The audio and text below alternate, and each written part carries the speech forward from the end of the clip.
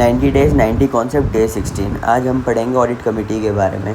तो audit committee हम सभी स्टैट्यूटरी प्रोविजंस जहाँ जहाँ दिए गए उनके हिसाब से पढ़ेंगे, जैसे कि SEBI LODR regulations, companies act और डीपीई गाइडलाइंस। तो एप्लीकेबिलिटी सबसे पहले बात करते हैं कौन कौन सी कंपनीज या फिर एंटिटीज़ एप्लीकेबल हैं ऑडिट कमेटी फॉर्म करने के लिए। सबसे पहले every listed company, public companies जो कि नीचे दी हुई 3 कंडीशन में से कोई भी एक कंडीशन सेटिस्फाइड करती है, जिसकी paid up share capital 10 crore या उससे ज़्यादा है, टर्नओवर 100 करोड़ या उससे ज़्यादा है, या आउटस्टैंडिंग लोन्स, डिबेंचर्स और डिपॉजिट्स एक्सीड कर रहे हैं ₹50 करोड़ से। अब बेसिस ऑफ रेगुलेशन, इनको कौन सी रेगुलेशन या एक्ट का कौन सा प्रोविज़न गवर्न करता है। Companies act 2013, SEBI LODR regulation, DPE guidelines. तो डीपीई गाइडलाइंस गवर्नमेंट कंपनीज़ के लिए होती हैं और इसका रेलिवेंट प्रोविजंस क्या क्या कहते हैं। कंपनीज एक्ट का section 177 plus rule 4 and rule 6 of companies appointment and qualification of directors rules बात करते हैं ऑडिट कमेटी की।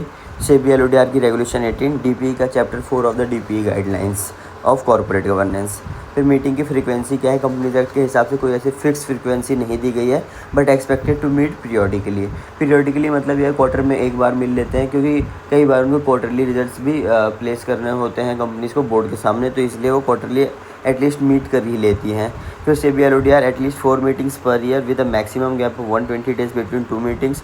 डीपी गाइडलाइंस के हिसाब से कम हर क्वार्टर में एक बार, साल में 4 बार। कोरम की रिक्वायरमेंट क्या है। सेबी एलओडीआर में 2 मेंबर और 1/3 of total members which ever is greater with at least 2 independent directors. DP guidelines में 2 मेंबर और 1/3 of total member which ever is greater with at least 2 independent directors.